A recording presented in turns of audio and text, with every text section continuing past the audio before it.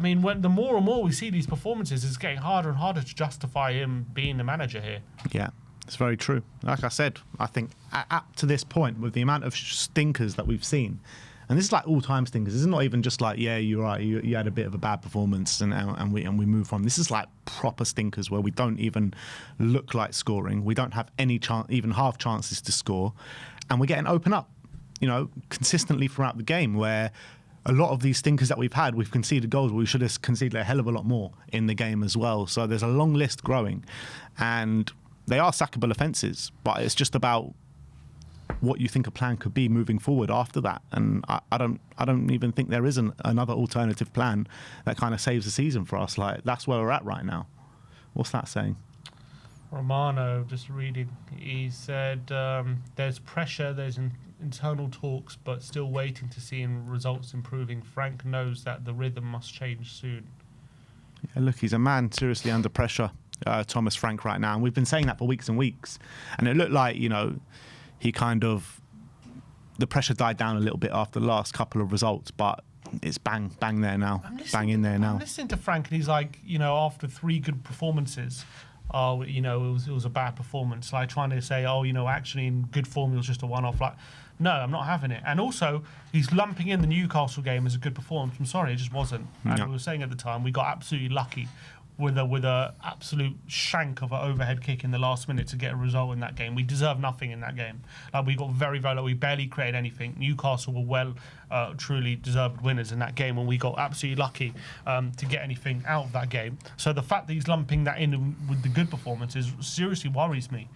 And he's done that a few times, calling certain performances good when they just haven't been, and that's for this level. But he does say after the game, what he said. He was asked if he's going to get time or if he thinks he's going to get time. He says, I don't see why not, because anyone in this job needs time, and it's not a quick fix. So look, that's what he's saying. Obviously, he's going to defend his own job, but... Yeah, look, what else is he going to say that, he needs time? Like, of course, he's going to say he needs time. And look, the reality is any manager that's coming into this job probably does need time. However, he should be doing a hell of a lot better with what he's got at his disposal from the start of the season till now. Like, I think a lot of managers can do a lot better straight from the start. Look, Ange came in, first 10 games of the season, he smashed it out of the park. You know what I mean? Yeah, it dropped after that and the injuries. But, I was a big advocate for sacking Ange last season, right? And I was a big advocate once Frank came in that this guy's the man for the job. Ange Postecoglou last season in an injury-ravaged team did a lot better than what Frank is doing right now. And that's the reality. And like Frank...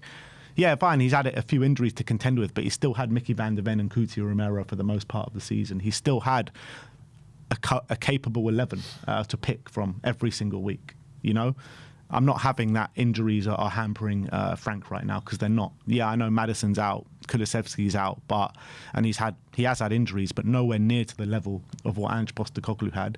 And even when we were losing every week under Ange with all those injuries, struggling to build an 11, I genuinely think it's better than what we're seeing right now.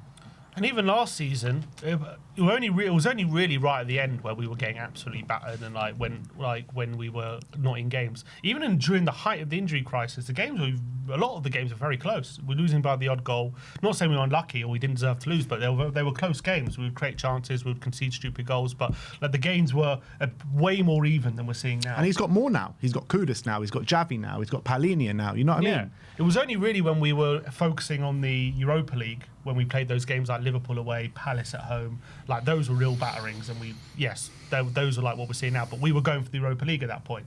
During the season, when we were at the height of the injury crisis, mid-season, when we were losing games, we were losing 1-0, 2-1, like close games, and yes, it was not good enough, but it was tight, and we were losing tightly with an injury-ravaged team. Now we've got pretty much full 11. I know we've got long-term injuries, but in going into the season, we knew that. This isn't a surprise that we have these long-term injuries. We must have planned for it. So this isn't like it's happened mid-season. All the injuries we've got now have been there since pretty much the beginning of the season. So we've planned for that, and yet we're not in games. We're getting absolutely trounced. We lost 3 games last season by more than 2 goals, I think. I think we've already lost how many games now by more than 2? Well, there's Arsenal, there's Forest. Forest. There was one more in there, wasn't there? Or is that it? To be fair, it might have only been... Is it only those 2? No, it can't be. What other games we lost by more than? Well, we lost PSG, but that was by 2. What other games we lost? Forest. Well, okay, so maybe it's only those 2. Yeah, but it's not even halfway through the season. Yeah, and there's some games we should have lost by more. Yeah, but look, it'll be, if we go on the shoulda, woulda, coulda, I'm sure there were games under Angela last season where we should have lost by more than 1 goal, you know what I mean?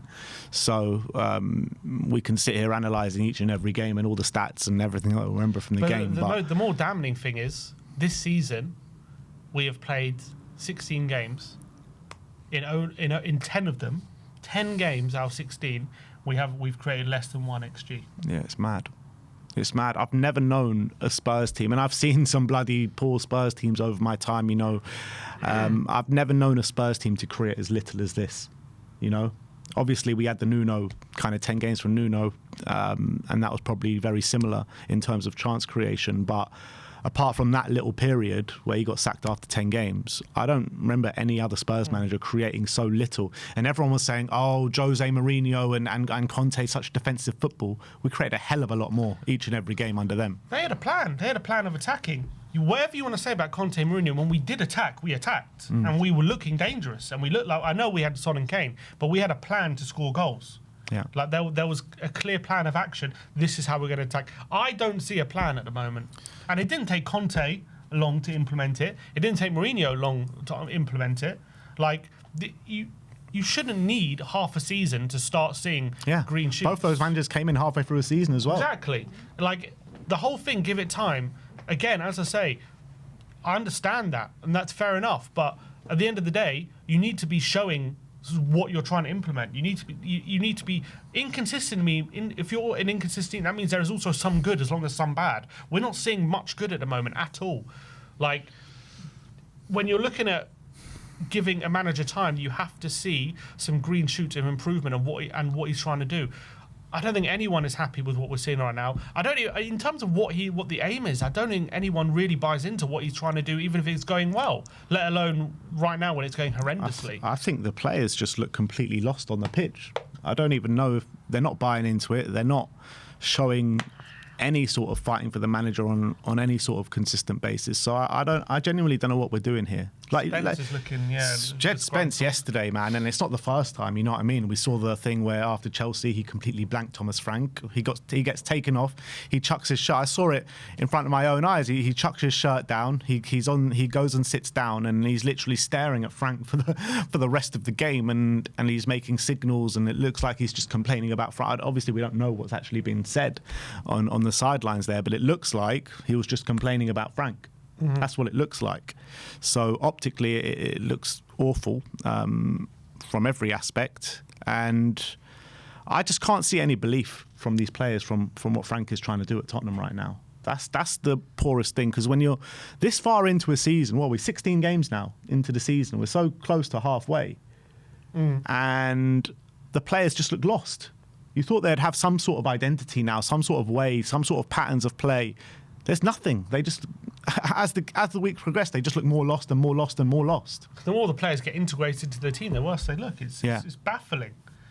It's baffling. But there people argue that this is the rot that's set in last season in terms of just getting used to losing games. Is that going to take a long time to turn that around? These players are basically, there's a horrible culture in the dressing room in terms of just low standards. There's a lack of accountability. This is a team that need a major culture shift, and it's not going to happen over 6 months. And Frank can only do so much, and we're just a team that's used to losing games now. Is that? I mean, that?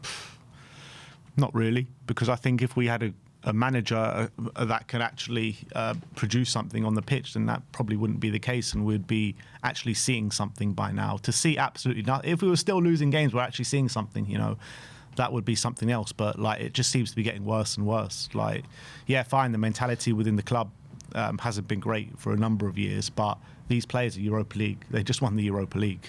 They've just won a trophy. So they showed that winning mentality towards the back end of last season. I get the league, we finished 17th last year, but the way we're going, we're going to finish 17th again. You know what I mean? We're dropping down this table like faster than anything. Like, we're getting further and further away from the top 6 as each week progresses. That's what the underlying numbers say. And we're going to, like I said before, like where we are, I think is a false representation of how bad we've actually been this season. I think we deserve to be lower than we actually are. We got those few wins early in the season, and that's kind of papered over a lot of the crack, which is what a lot of people are saying. But the underlying numbers have always been really poor. And you know what the underlying numbers say as well?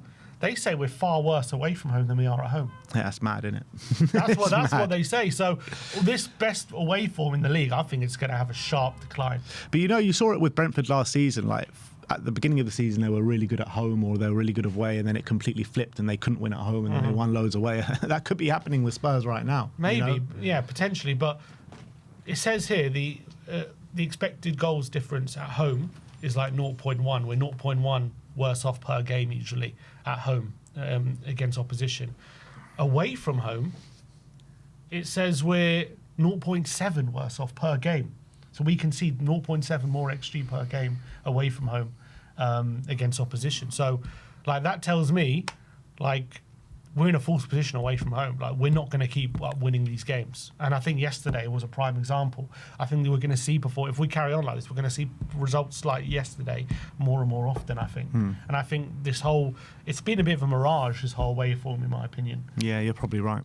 And that's also a massive concern. I don't know, but I don't know what we do. I think we've invested, it seems, a lot in Thomas Frank being the face of this rebuild and the face of the big, ENIC 2.0, and like he's going to be, the answer to what Ange Postecoglou was last season.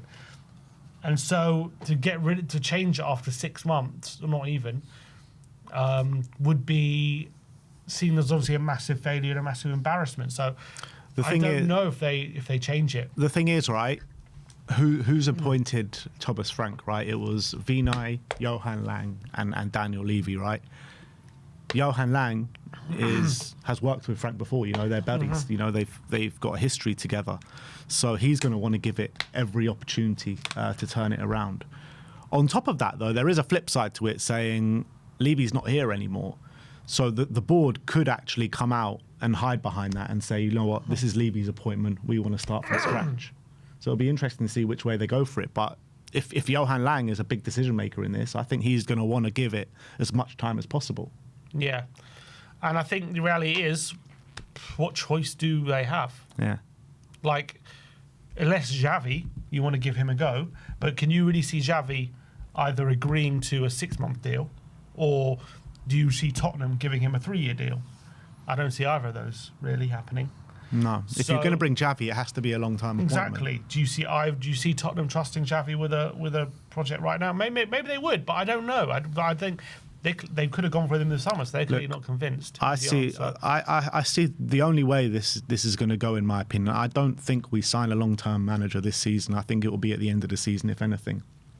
In my opinion, they're going to give Frank as long as possible in this season to try and turn it around. He might lose his job at some point this season, and then it will be an interim for the rest of the season, not depending. I think that's the way it's going to go. And then in the summer, you're going to have many managers that are going to be looking for a job. You've got Pochettino, potentially Nagelsmann at the end of his Germany thing. You've got Xabi Alonso, who could be free at the end of the season, potentially Arne Slot. You've got so many managers that could be potentially looking for work at the end of the season.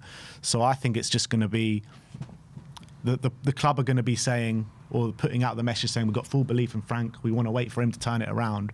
But I do think in the background they'll probably be putting in feelers for the end of the season. I just can't believe we're here again. It's just so frustrating every year. But then the next season then is going to be another transitional season. Like, every season is a bloody transitional season. May as well call us transitional Hotspur. Honestly, it's a merry-go-round. It's so frustrating, and it's no surprise that the fans have just run out of patience with the whole thing. Like, it's an utter nonsense. And but like, if you're at the helm right now, right, and you've seen what you've seen, we're at this point, 16 games in, nothing seems to be getting better, seems to be getting worse. What do you do? Like, what do you actually do? Never mind what the club are going to do, but what would you do? Yeah, I'd have to give it time, because you made the decision to change it in the summer.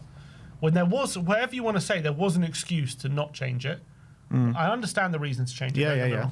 But there was a reason to keep it. They didn't. They have now changed it to this approach, and we're now being served. And you've kind of laid your bed. You have to lie on it. This is a decision you took forward. You're going to have to give it time, even though we're served up this dross week after week. That's the kind of route you went down. You don't really have an alternative right now. When you think about managers who have changed mid-season and have been successful in the Premier League for big teams, you've got it doesn't really. It's very rare you. Conte worked. You know Conte, but world-class manager available. Who's that? Who's the equivalent of Conte? You had like Tuchel, who went to Chelsea. Again, world-class manager who was available. Man City, have they ever changed it mid-season? I can't remember off the top of my head. Arsenal. That was one, but again, he nearly got the job before Emery, so he's a candidate they knew well. Obviously, he was just. I wouldn't even say that even went right. Like, well, yeah, fair enough, but they won the FA Cup, but he was a candidate they knew well, and so it wasn't exactly like a complete surprise. And this is a guy who worked under Pep Guardiola, who was assistant there, so he'd been around a big club for a long time, but like. There's not too many things. I'm seeing a lot of Spurs fans clamour for Robbie Keane to come in as manager. Interim. I'll take Robbie Keane as interim. He wouldn't come as interim. You need to appoint him full time because he's got a job. He's a manager. Well, Ferencvaros. Yeah, but it's true. But he also knows if he comes in as interim and does well, not necessarily he might get it full time, which he might, but also puts him in the shop window for bigger clubs potentially if it works out. Or if he comes in and does well, he might get the job full time. And he might get the Spurs full time job. Yeah. So I think it could be worth his while, but yeah, I agree. I don't know. You'd have to sell it to him. You'd have to sell it to him. Also, this whole Frank experiment at the moment has that put doubt in a lot of the board's minds in terms of going for another manager from a lower table team, with how things have gone. So does it rule out the likes of Glasner, Iraola, these kind of managers from the running? Yeah, to be honest, I don't think I'd want Glasner. Iraola, potentially I would want, but still, I think I would look elsewhere than those two. Like I rate them as managers. I think they're both really good managers, but I think Glasner does come with his own issues. Look, I know Glasner has done so well at Crystal Palace. He did so well at Eintracht Frankfurt as well. But that's not what it's like. What did you say you wanted at Tottenham? You wanted free-flowing, attacking front foot football. That's not Ole Glasner. That's not Glasner, no. You know what I mean? Like, Glasner's one that's going to play three at the back. He's going to play on the transition. He's also got his issues in breaking down low blocks. Like, I've actually read a lot. I've done a lot of research on managers over the last couple of weeks, right? And there was this one article that I read that made a lot of sense to me on Ole Glasner. He says, at his time at Frankfurt and his time at Crystal Palace, the one thing that he struggled with massively is breaking down low blocks. So it's not going to work at Tottenham. Yeah, he's going to have similar issues. He might be, I think... He's a better manager. Like, he could be a better manager than Frank. Fine, that's fair enough. But for what we want at Tottenham, that's not what we want. Giving him a long contract is... I'm not sure the answer there as well. So I think we're just stuck now. We're kind of just stuck with this in a sad way. I really don't know. I mean, when you talk about giving managers time, Deitch only just came in not long ago. And look how he got on them playing against us. It was crazy. Yeah. So I don't know. I think this is just so set up for Pochettino to come back in the summer. I think that's where we're heading right now. And I don't even know if it's the right move. Like, obviously, it's a very romantic move, but we know with Pochettino that he needs time in a job. Like, when has he ever just hit the ground running in any of the jobs? He needs, time on the training pitch. He needs at least half a season to get things going. Even at Chelsea, like, I know his time at Chelsea is seen as a flop, but actually in the second half of his season, he got quite consistent results there, and so he needs a lot of time, and it's going to be hard to go through that once again with another manager. So I don't even know what the right place, what the right way to go is. I'm just completely lost with it all now, to be honest. How bad does it have to get before you contemplate bringing Ange back? I'm not contemplating bringing Ange back because it's never going to happen. At all? Ange, like, if he had anything about him, there's no chance he would ever accept the Spurs job again. But There is no chance. He's sitting on a beach in Greece waiting for the call. Yeah, and I'm sure he's having a great time on the beach. He don't want to come back to Tottenham, I tell you that. There is no chance in hell Ange ever comes back to this football club. After being sacked after winning the Europa League, do you think he ever comes back? Yeah, but they can say Levy did that. Yeah. Levy, it wasn't us. Yeah. We never wanted to sack He knows him. Vina and Johan Lang were very instrumental in probably that decision as well. They crawling back on their hands and knees. Nah, I don't think so.